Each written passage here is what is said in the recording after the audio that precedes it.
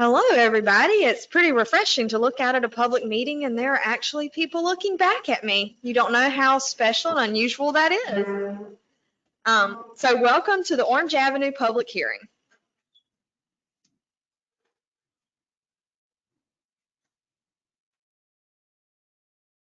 Do not hear audio at this time. Please check your computer speaker settings. Also, for those of you who are not aware, we do also have this meeting happening online, so I'm talking to the people in the room and the people virtually. If you're experiencing technical difficulties, please contact technical support at amanda.hanley@atkinsglobal.com. In the event of technical difficulties during the open house or public hearing, please stay online while we work to resolve these issues.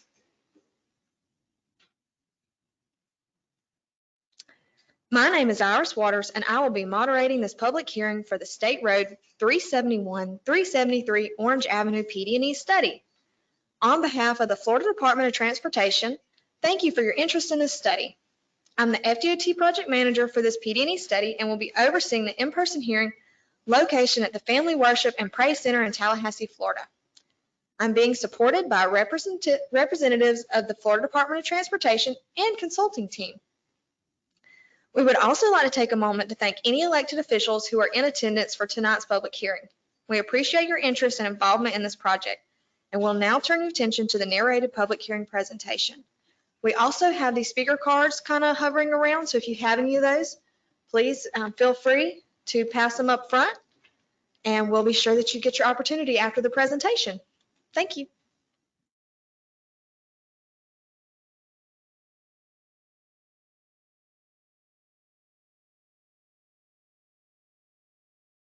Good evening. The Florida Department of Transportation would like to welcome you to the public hearing for the State Road or SR 371/373 Orange Avenue Project Development and Environment or PD&E study. Financial Management Project Number 437902-1-22-01. In addition to the PD&E staff here tonight, a representative from the District Right-of-Way Department is here and will be available after the public hearing if you have questions regarding residential or business relocations on this project. A transcript is being made of all oral proceedings and will be part of the public record for this project. Before we start the presentation, I will share a few details to help you participate in this meeting. On your computer or device screen, you should see an information window that looks like the one in the upper right corner shown here. To listen to the meeting, your computer or device speakers are selected by default. If you prefer to listen by phone, select telephone in the audio pane of the control panel and dial in using the information displayed. All virtual attendees will be placed in listen-only mode throughout the public hearing.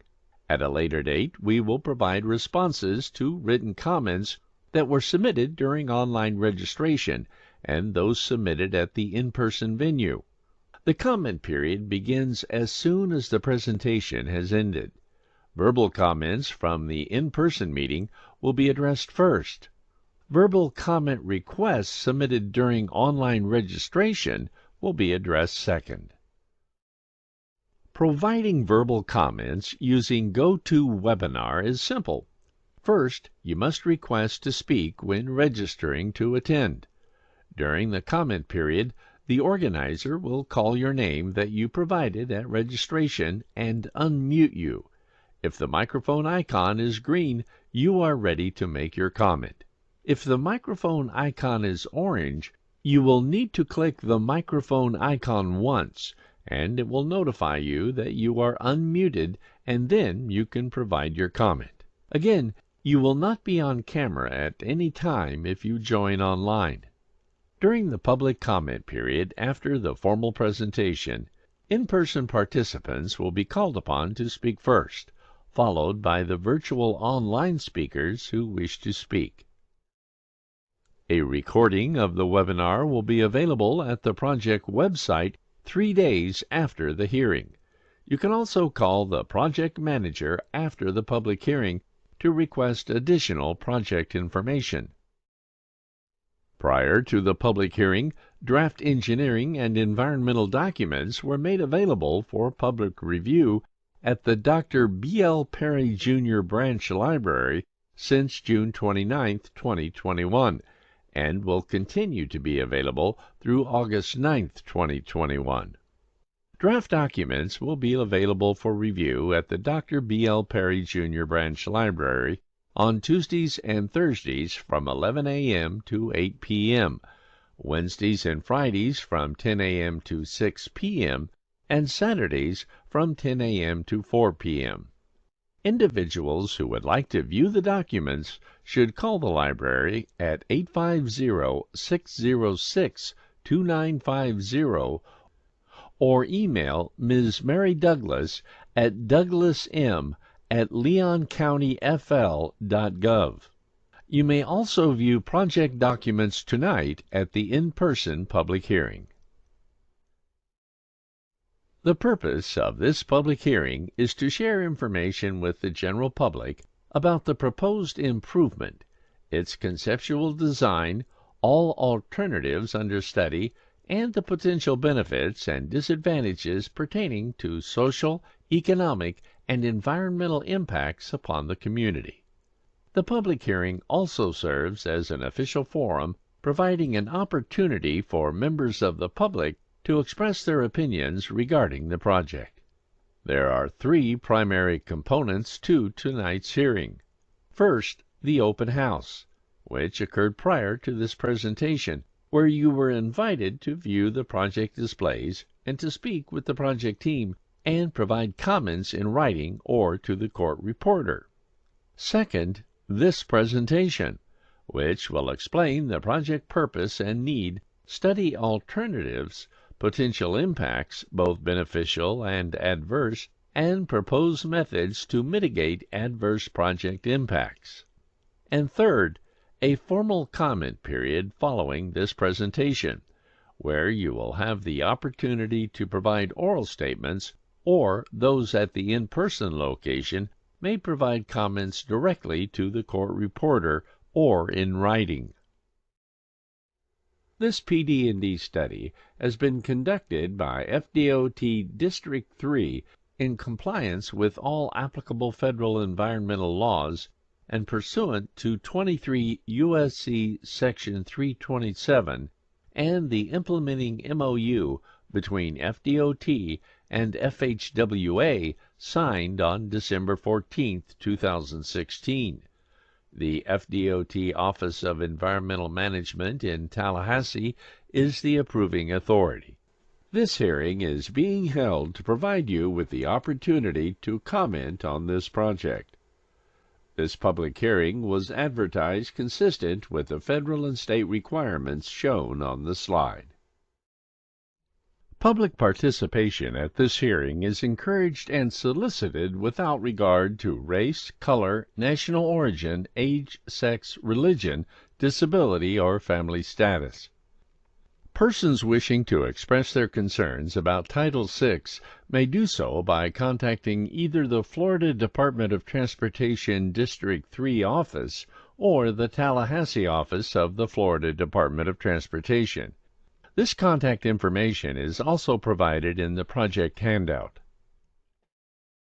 FDOT is conducting a Project Development and Environment, or PD&D study for this project. The PD&D process is used to evaluate potential impacts to determine an alternative utilizing a continuous community outreach process to ensure that all interested parties have meaningful participation in the process. Public input and information received at the hearing will be taken into consideration when preparing the final documents for this study.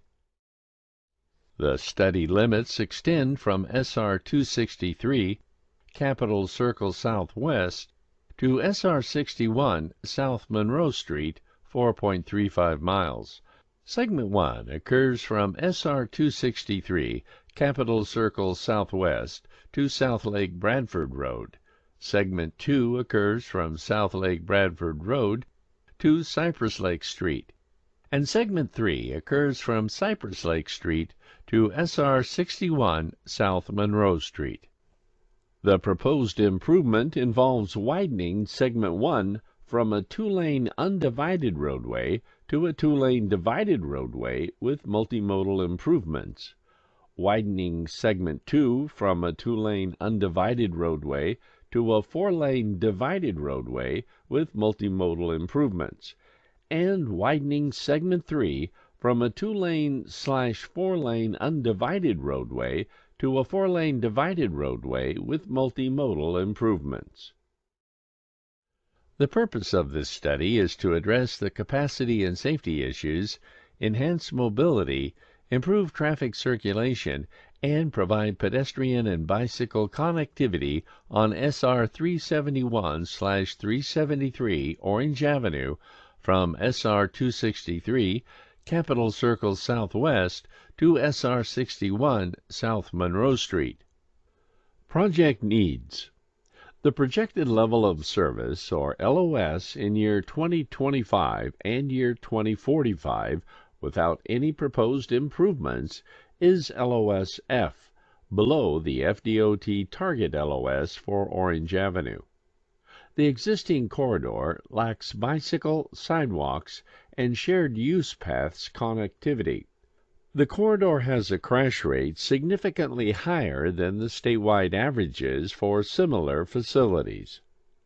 The project is consistent with local transportation plans, including the Capital Region Transportation Planning Agency 2045 Long-Range Transportation Plan, the Transportation Improvement Program, TIP, State Transportation Improvement Program, STIP, and other regional plans.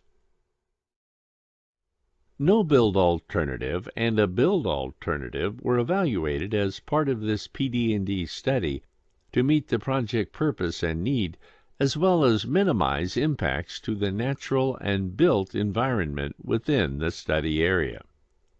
The no-build assumes no improvements are made and does not meet the purpose and need for the project.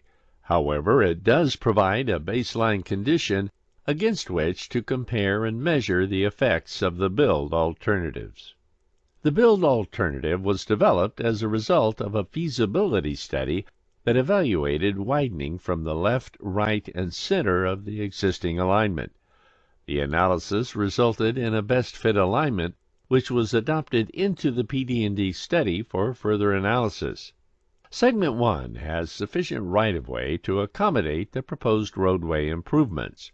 Therefore, as you can see in these three images, there is no difference in right-of-way impacts when comparing the left, right, and center alignments.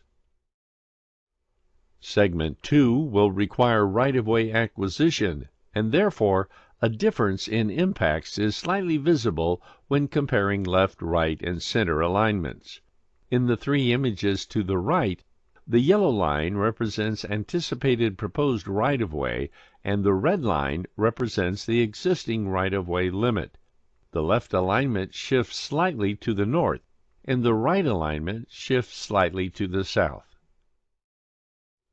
Segment 3 will also require right-of-way acquisition, and a difference in impacts is visible when comparing left, right, and center alignments. The left alignment shifts to the north, the right alignment shifts to the south, and the center alignment shows acquisition to the north and the south.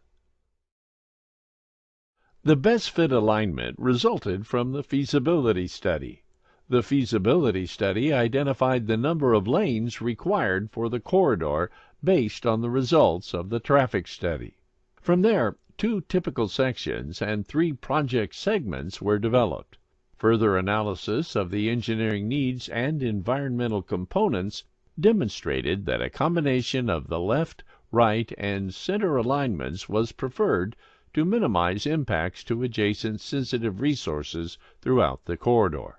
The best fit alignment was carried forward for further analysis in the PD&D study as the preferred alternative. The best fit alignment incorporated 2 lanes in Segment 1 from State Road 263, Capitol Circle Southwest, to South Lake Bradford Road. Segment 2 from South Lake Bradford Road to Lake Cypress Street incorporates widening to 4 lanes, realignment of South Lake Bradford Road, a new bridge for South Lake Bradford Road, and 2 new roundabouts. Segment 3 from Lake Cypress Street to State Road 61, Monroe Street, also incorporates widening to 4 lanes. This would incorporate widening the existing bridge over Black Creek and the existing bridge over the St. Mark's Historic Railroad State Trail. Segment 3 will also include a new connection via the shared use path to the St. Mark's Trail from Orange Avenue. Segment 3, widened to 4 lanes, ends at Monroe Street.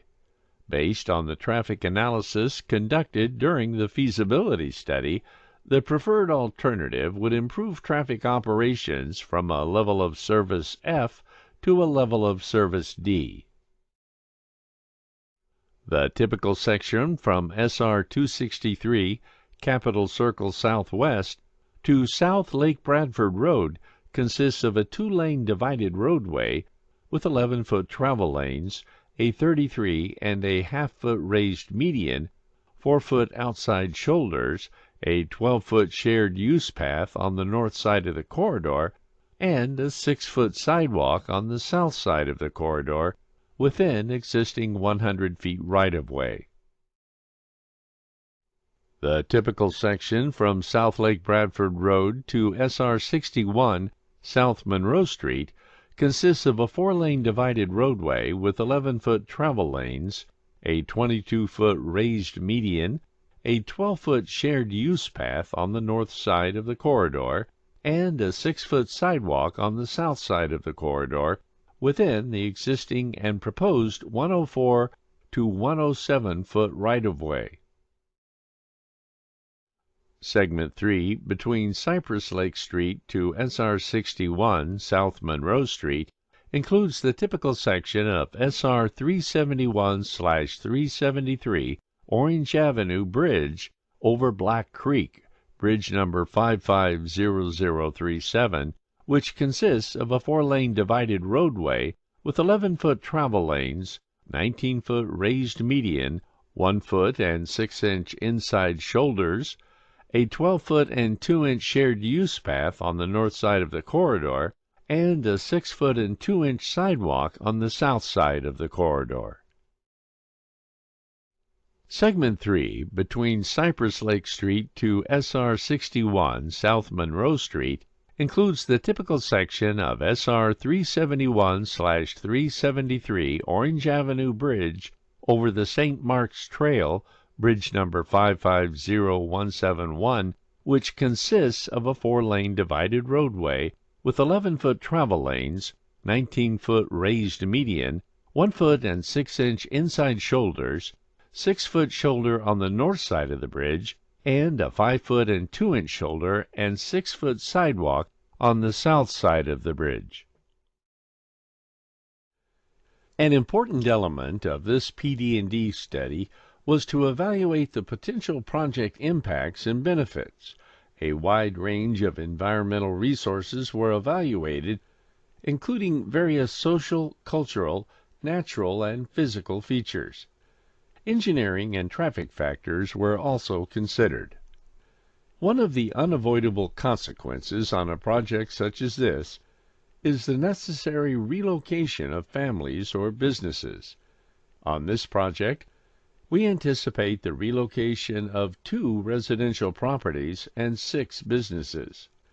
All right-of-way acquisition will be conducted in accordance with Florida Statute 339.09 and the Federal Uniform Relocation Assistance and Real Property Acquisition Policies Act of 1970, commonly known as the Uniform Relocation Assistance Act. If you are required to make any type of move as a result of a Department of Transportation project, you can expect to be treated in a fair and helpful manner and in compliance with the Uniform Relocation Assistance Act. If a move is required, you will be contacted by an appraiser who will inspect your property. We encourage you to be present during the inspection and provide information about the value of your property. You may also be eligible for relocation advisory services and payment benefits. If you are being moved and you are unsatisfied with the department's determination of your eligibility for payment or the amount of that payment, you may appeal that determination. You will be promptly furnished necessary forms and notified of the procedures to be followed in making that appeal. A special word of caution. If you move before you receive notification of the relocation benefits that you might be entitled to, your benefits may be jeopardized. A representative from the District Right-of-Way Department is here tonight and will be able to provide you with further assistance if you have questions regarding residential or business relocations on this project.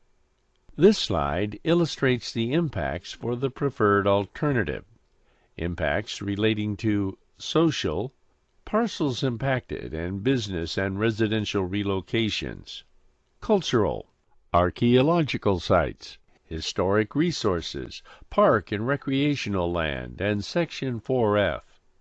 Natural, wetlands, floodplain impacts, endangered and threatened species. Physical, air quality, noise, contamination, traffic, and construction cost were evaluated to determine the preferred alternative. A comparison of the impacts from the build alternatives is provided in the environmental document prepared for the project. As part of the project development process and in accordance with Section 4F of the Department of Transportation Act of 1966, the FDOT has identified that the Florida State University Seminole Legacy Golf Course is a Section 4F protected property and is seeking comments from the public concerning the potential effects on the activities, features, and attributes that may result from the proposed shared use and potential expansion of a stormwater treatment pond in the southwest area of the golf course. Following the public comment period and in consideration of any input received, the FDOT intends to pursue a de minimis impact determination on the resource. The Florida State University Seminole Legacy Golf Course is located along the north side of the SR 371/373 Orange Avenue right-of-way and east of Paul Derrick Drive and South Lake Bradford Road. No impacts were anticipated to the golf course based on the roadway improvement alternatives.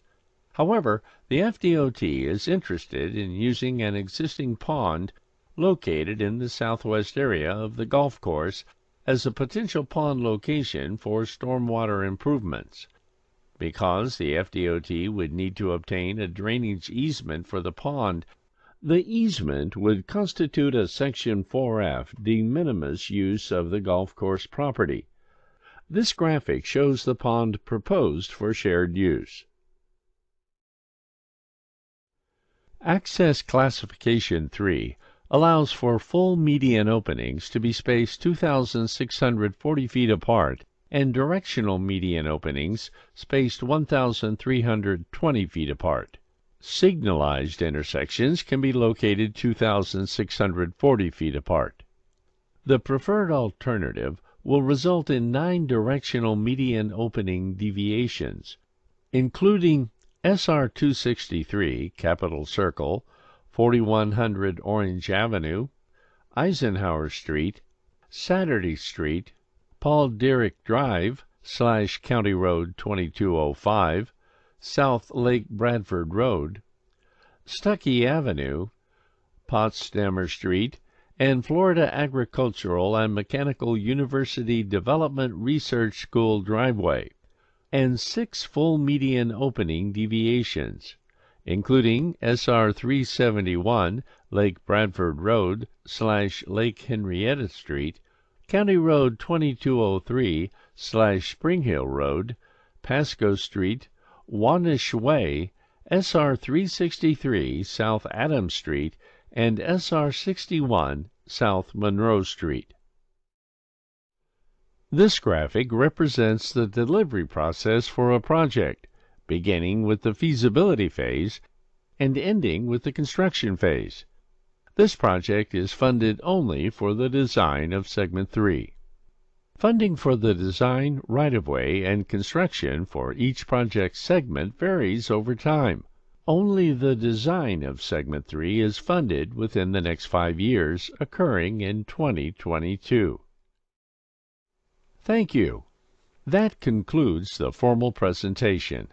We will now begin the public comment period of the public hearing.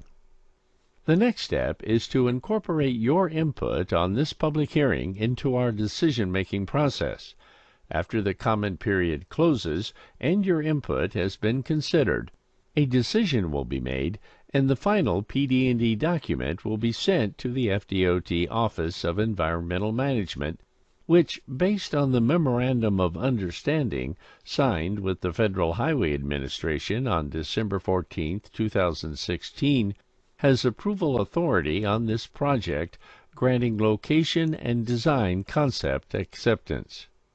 Please note that we will not be responding to your comments and questions today, but we will respond in writing at a later date.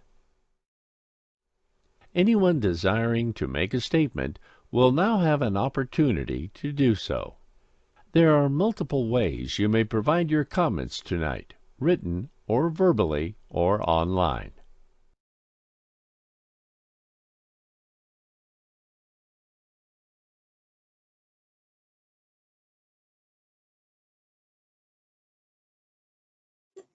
Or verbally, or at the podium, or to our court reporter, or online. So, sorry, not sure why that cut off, but lots and lots of ways. Did we have any more speaker cards?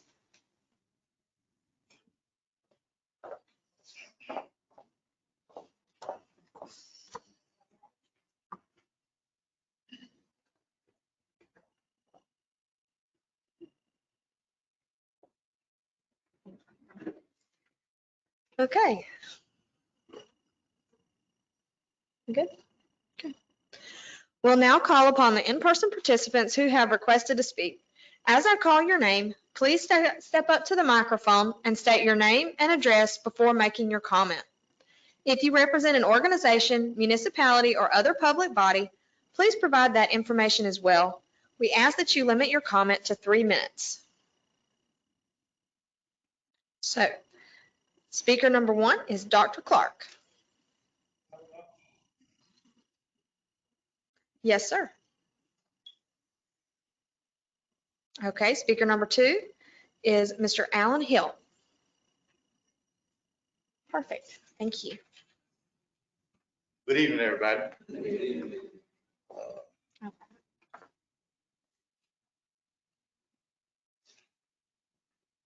Go ahead. Okay. So I speak. Start with your name, I'm saying, would I turn this way? whatever you feel comfortable with. Okay, Yes, sir, all right, that's fine. All right. First of all, giving honor to God, I'm glad to be here, to be able to voice some things that my neighborhood, and I represent College Terrace Neighborhood Association. I'm the president, and I have here with my secretary. Basically, what my residents would like to see going forward with this project is a noise reduction wall to be erected from the corner of where Bethel AME Church is. That'll start, I'm sorry, yes, Wanish Way to Pasco Street. And that's due to the noise. And I think that the noise will get worse because once you turn the street, kind of sort of like Tennessee Street, the noise will get a little bit more of a nuance. And me being a military guy, I know about noise. And one thing for sure is that to voice what I need to voice today. I understand people have a job, and I understand your job is hard. You have to make hard decisions. I'm here to put on record for the neighbors, that for my residents at College Terrace neighborhood. What we want to work with FDOT, but we need them to work with us and to help us so that our neighbors won't be bothered with more foot traffic. And in my neighborhood, we have had a rash of burglaries, car break-ins, and we need something to deter that. And there's nothing wrong with a beautiful road and beautifying the area, and we need that. But we do need to have a conscious thought. And I just ask of FDOT because I have been yo-yo back and forth. The city owned the property, or either the state owned the property, running from Wannish Way to Pasco. So I'm here tonight to put on record that if this can be addressed, and I was talking with the gentleman over here that is in charge of the noise test, and he said that the noise test was done, and I was just trying to figure out, you do a test and you're saying that the noise isn't as loud, but you're doing it on a two-way lane, and this is about to become a four-way lane. And all I'm just asking and pleading is to look at it again. Thank you. Could you start your name and your address, please? Yes, ma'am. That's Allen, that's Allen, last name Hill, and I live at 517 Famsey Avenue here, Tallahassee, Florida. Yes, sir. Thank you for your comments. Thank you. Okay, our speaker number 3 is Ms. Debbie Lightsey. And please start with your name and address in case I misspoke. Debbie Lightsey, 2340 Cypress Cove Drive, it's 32310. Good evening, everybody. I'm glad to see people turning out in this deplorable weather where you can barely get a breath. I'm going to make comments on all 3 segments. I watched and participated in the FDOT and the Blueprint transportation planning process for years. And I know that no matter how well-intentioned these agencies are, the public always ends up feeling like they've just been ignored. So I want to thank you all for coming out tonight. Segment 1, the most westerly segment, is the one that most directly impacts my neighborhood. There is no transportation congestion or transportation need on segment 1. The improvements being made there are basically amenities that I don't think my neighborhood asked for, but someone thinks we need them. The proposed widening is going to stay within the current right-of-way, but it's going to be pavement and noise and light much closer to the homes in Cypress Cove. The sections, the most northerly sections of our neighborhood already have tremendous amount of noise from the road. And once you put all these additions in and all this asphalt and activity increases, there's going to be a lot more noise and a lot more light. So given that there's no transportation need, I think it's incumbent upon FDOT to be especially careful with this project so as not to be disruptive of the neighborhood. So we would like to have either a sound wall or very, very heavy plantings as a sound and a light buffer for the neighborhood. The sidewalk is going to be right up against the embankment, right behind the most northerly houses in Cypress Cove. Segment 2, the middle section, the traffic numbers currently and for the next 20 years do not justify 4-laning that road. It's projected to be 4-laned almost solely in response to FSU's direct request, which happened after all the original discussion about this project. It happened sort of under the cover of darkness, really. FSU came to a meeting and requested that this section be 4-laned, and just like that, it's proposed to be 4-laned. This is particularly onerous, I think, for the people living out there, because a lot of this was in response to what we thought was going to be a dramatic expansion of FSU's Southwest campus. If you look at the latest version of the master plan, that expansion of the Southwest campus has been dramatically decreased. So there's not going to be a lot of traffic feeding from this campus expansion onto Orange Avenue. So the numbers ought to drop even further. This section has 2 big roundabouts in it. One's at Paul Dirac, and the other one is where the new FSU roadway that the public through Blueprint is paying for. Given that there's no transportation congestion on those sections, I think this is a waste of money. It's done because FSU asked for it to be done, and it's being done, it's my understanding, because any redoing of the road in that section that is not 4-lane doesn't make it eligible for federal funding. So this is about FSU and drawing federal funding for this roadway. So I want y'all to reconsider why you're doing this and the impacts it's going to have. Segment 3 is the only segment that, in my experience, and I've lived out there for 36 years and I drive this road all the time, does have any traffic congestion, and that's at peak hour. Particularly the intersection of Spring Hill Road and Orange Avenue, that's where the big bottleneck is. If you only do one piece of this, and I hope you will think about just doing one piece of this, please do it where the huge bottleneck is, and that's that intersection right there where people are just backed up forever at the intersection. I know there are people here from all the neighborhoods that are going to be impacted. I know up at the Y with Lake Bradford and Spring Hill, there's a lot of houses sprinkled into there. Some of those were, I think, habitat houses.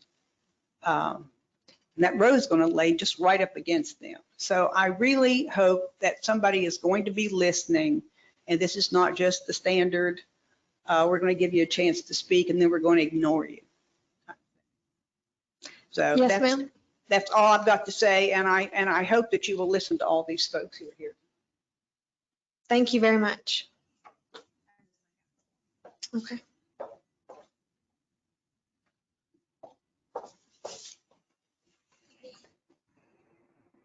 Speaker number 4, Daryl Lewis.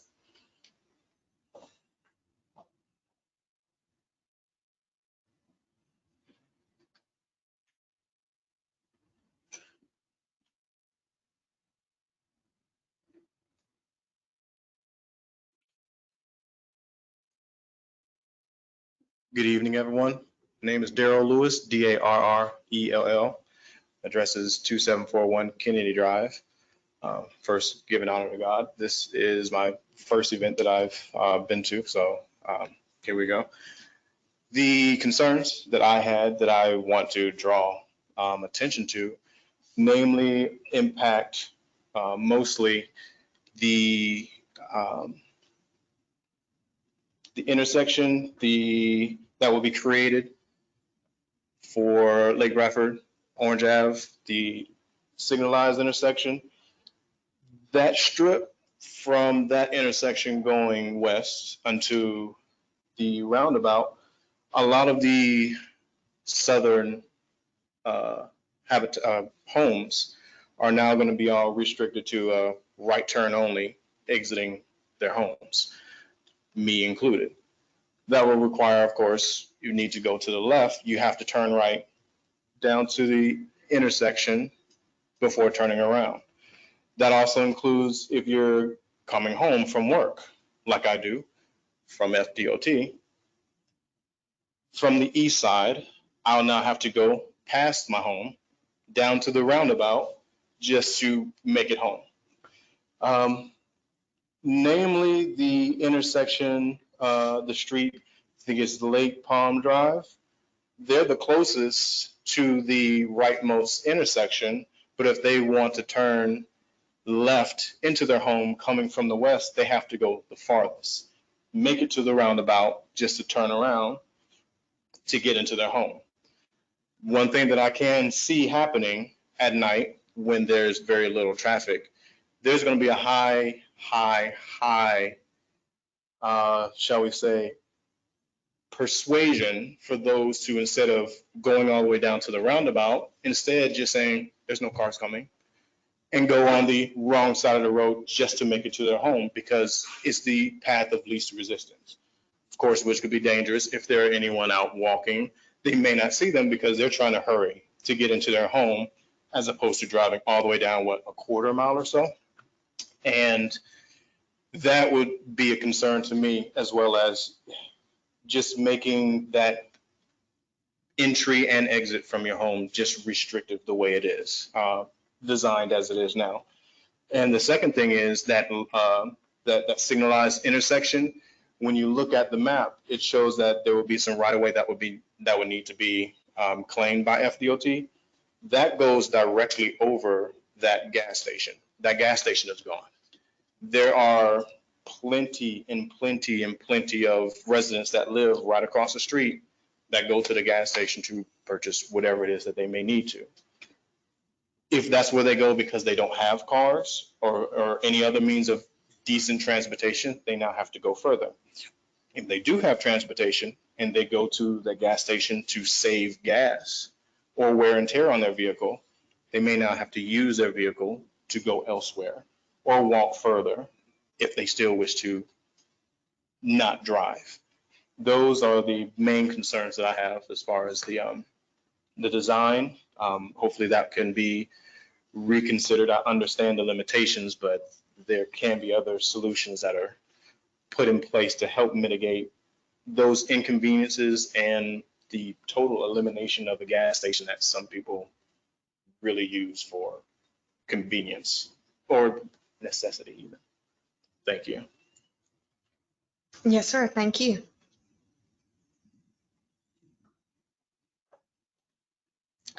We have speaker number 5, Curtis Richardson.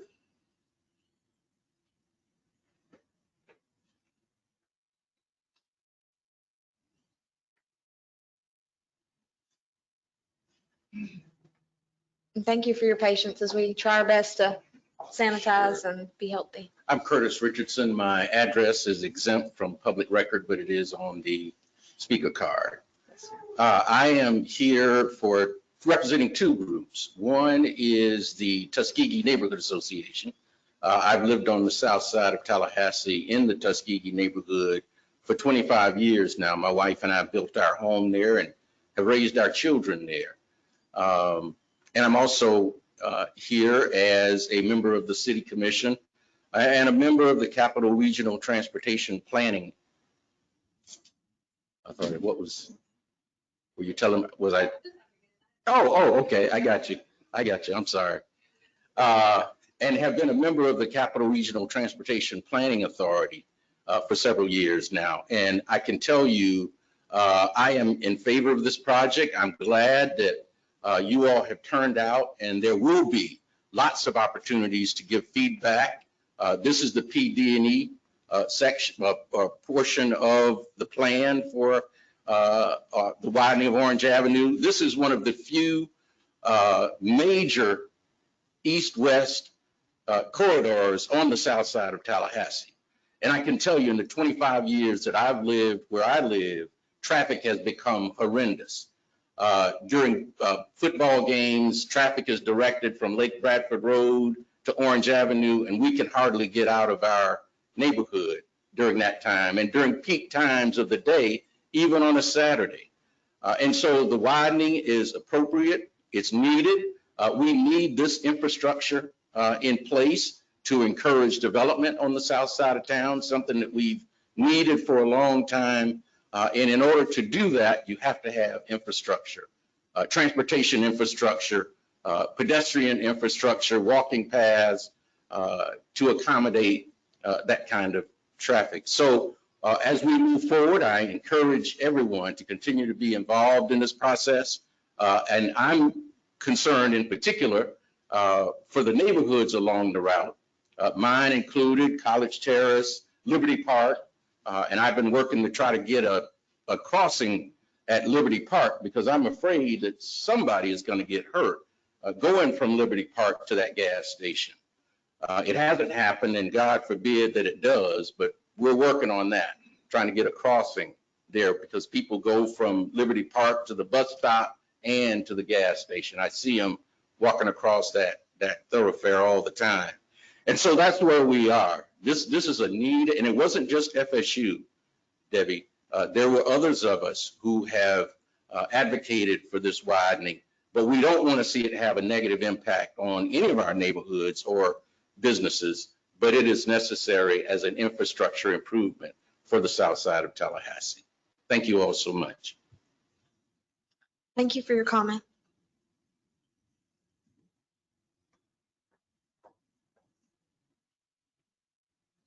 Our next speaker is Marianne Hillard. Just a second.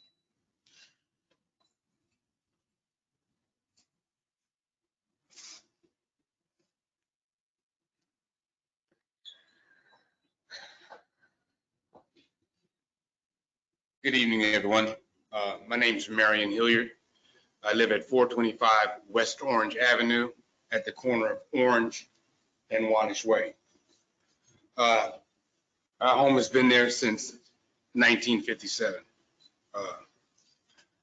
We're happy to be there, but I have a couple concerns about this improvement. One of the most important ones is how it will affect us, and because we're the only family on that side of the street. And it seems like we may not have an opportunity to have a voice in anything because it's only impacting one family. So I would like for that to be considered. Secondly, we have a holding pond already on our property. And that holding pond has yet to hold water. Okay. Secondly, there's a proposed secondary holding pond to be erected behind us, our property. The thing that really is striking me is we have a holding pond now that doesn't work. It's been erected since 2009. The water doesn't even go into it. You know where the water goes? Into my yard. Okay? Which is discerning because I'm getting antifreeze. I'm getting gasoline. I'm getting oil. I care for my property, care for my family. I care for my neighbors. But yet we're going to put another holding pond back here. And are we going to have another dud per se by building this? And as far as the noise is concerned, we're truly impacted by road noise. And once again, we are the only family on that side of the street. From when I was talking with the noise engineer, there are a lot of things that are taken into consideration. And the first one is rules us out. We're the only family there. So we're not enough people for it to make a difference. Discerning. And it seems like this improvement, which I'm in favor for having an infrastructure so we can get more business over there. That's great. That helps everybody. But on the same token, I would hope that there would be some consideration on the families that live directly on that road. And it doesn't seem like it's going to be much to help us amend what the state wants to do to bring that roadway in there. Okay? It's not much room you got between me and Fannie High. Okay, so I have yet to hear anything personally, and I'm hoping that these comments or questions will bring an ear from somebody, DOT, to come and help explain it to me. I'm not an engineer. I'm just a regular guy. Okay, I work hard, climb trees. But my family's going to be impacted directly. And a lot of communities are going to be impacted directly. And they have some very, very sound problems and comments that they want to see addressed. So I hope that there'll be more opportunities for us to ask questions and be explained to in layman's terms, so we will understand it and not in engineering terms. Because the most important thing is that all of us are just families here at the end of the day, not engineers. We're not trying to get an advantage on getting a buck. It ain't about that, okay? My parents worked really hard to get that piece of property and sustain it, and so have myself and my brother.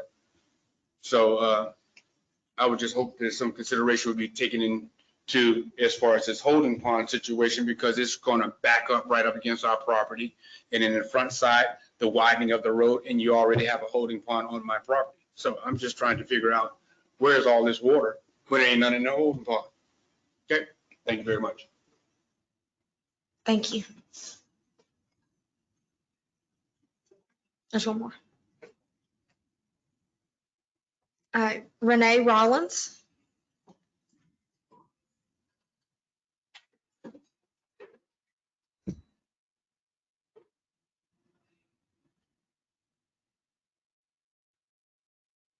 Thank you for your patience.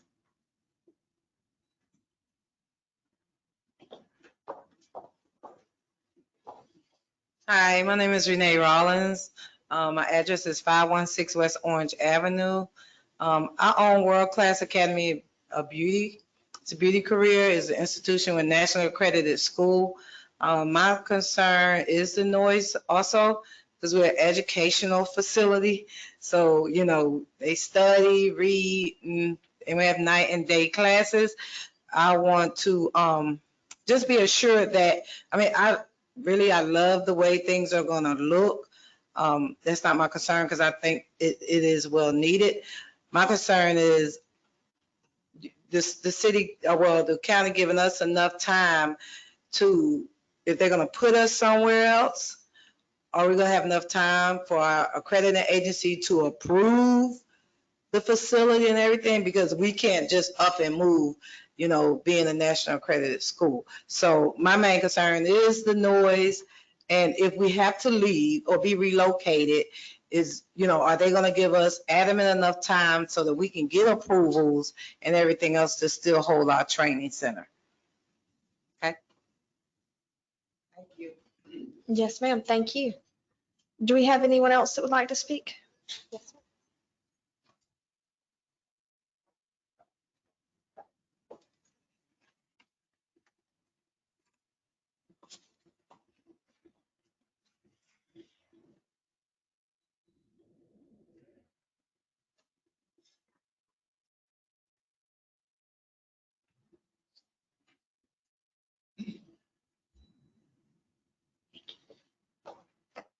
Hello, my name's Ralph Davis, R-E-L-P-H, Davis, D-A-V-I-S. I'm the owner of Streamline Roofing and Construction. I own the property at 3654 West Orange Avenue and 3542 West Orange Avenue, the building next to it. I just got a quick access management issue. I'd really like to see you to be able to pull out of John Cox Drive to the left and to the right, rather than just being able to come in from what I would consider the west, meaning just coming in from the westbound. What a lot of people don't realize is that there is a tremendous amount of traffic that comes from the Juvenile Detention Center, Hobkirk Towing, North Florida Asphalt. North Florida Asphalt has cranes, dump trucks, all kinds of heavy equipment, as do we. We probably get 5 to 6 semi-truckloads a day of just different materials being dropped off and delivered. Unity Fibers, my tenant, they have probably, 7 or 8 different semi-trucks coming in a day. And to leave that area would be very difficult. The Juvenile Detention Center, it's kind of funny, John Cox Drive has a blue sign, and it's actually not a public road, but the Juvenile Detention Center is a county facility or city facility, I'm not really sure, but their trucks run up and down John Cox Drive. And so I don't think a lot of people think John Cox is that busy of a road, but it's actually It's actually quite a busy road. So I'd just like to go on record with my comments. Thank you very much. Yes, sir. Thank you.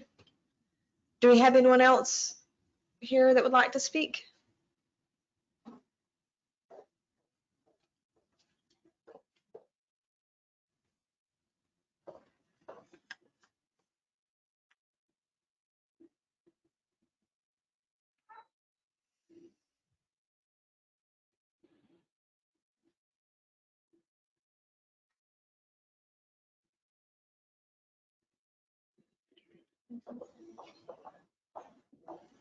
Hi, my name's Alice, like in Wonderland. My last name is Ball Like Basketball. Yes, I do have an anime character name. I'm sorry. I don't live on the south side anymore. I'm at 2131 Claremont, which is kind of northeast. Really not the point. I wanted to say that I do think it's really great that all of this money is going into the south side. It's very clear that this is where money should be going. But I think that we could be doing a lot more with the money that's going here.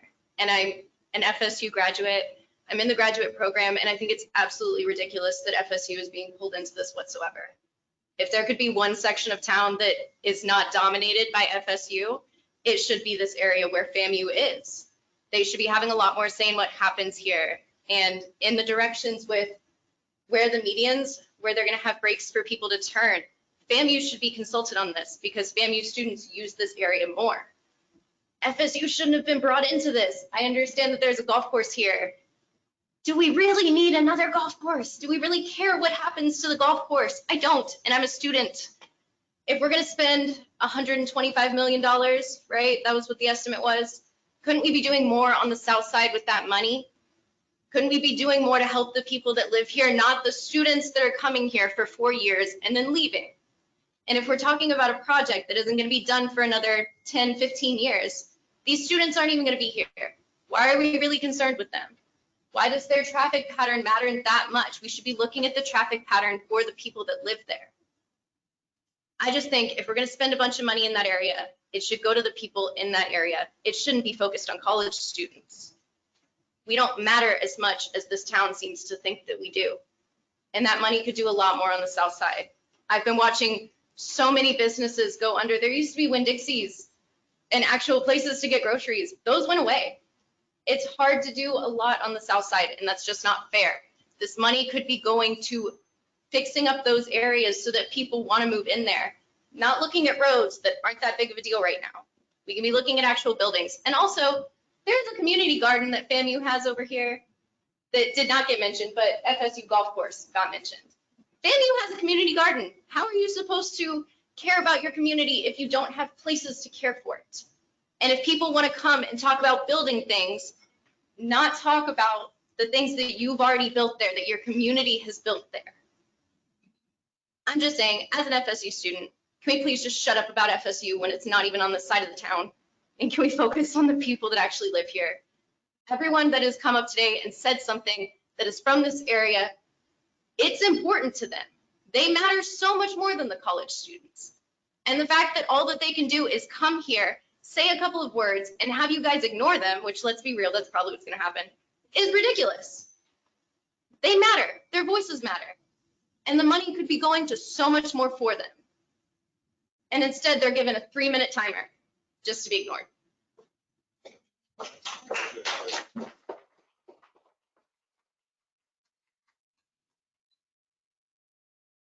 Do we have any more comments internally? No? Amanda, we're going to now call upon the online participants who requested to speak at registration. So I'm going to turn it over to Miss Amanda. Thank you, Iris. We had one person register ahead of time, but I don't see his name online. It is possible that he is online under another name. So I'm going to call on him first. And if you are here under another name, go ahead and raise your hand. That speaker is Mr. Reginald Barnes.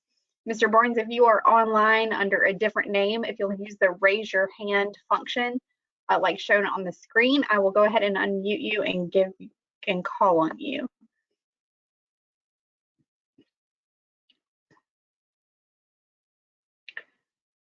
All right, I do not see him raising his hand, so I'm going to go ahead and call on the other person who has raised her hand.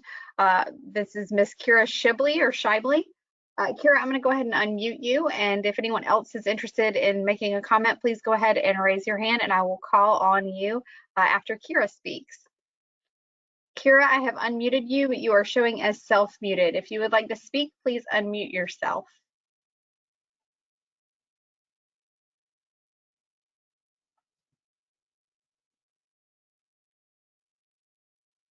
Kira, you are self-muted.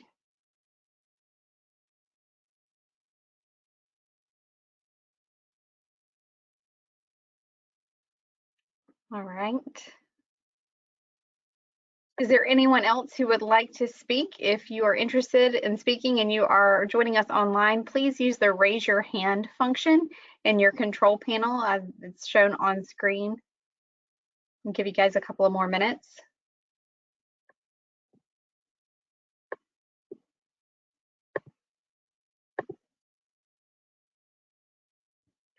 All right, Iris, it looks like no one else online is wanting to offer a comment tonight, so I'm going to hand it back over to you. Thank you very much. At this time, this concludes our public comment period, and I would like to thank everyone for taking the time to share your comments concerning this project. You may submit comments after tonight's public hearing, but they must be postmarked or emailed by August the 9th, 2021 to become part of the public hearing record. Written comments can be mailed or emailed to the project manager, Brandon Brenner, whose contact information is shown on the slide and in your handout. You may also visit the project website listed on the screen to further view documents and submit comments. The exact transcript of this public hearing's oral proceedings, together with all written material received as part of this hearing's record and all studies, displays, and informational material provided at the hearing will be made part of the project decision-making process and will be for public review upon request. Thank you for attending this public hearing and for providing your input on this project. I hereby officially close the public hearing. Thank you for your participation and have a safe evening.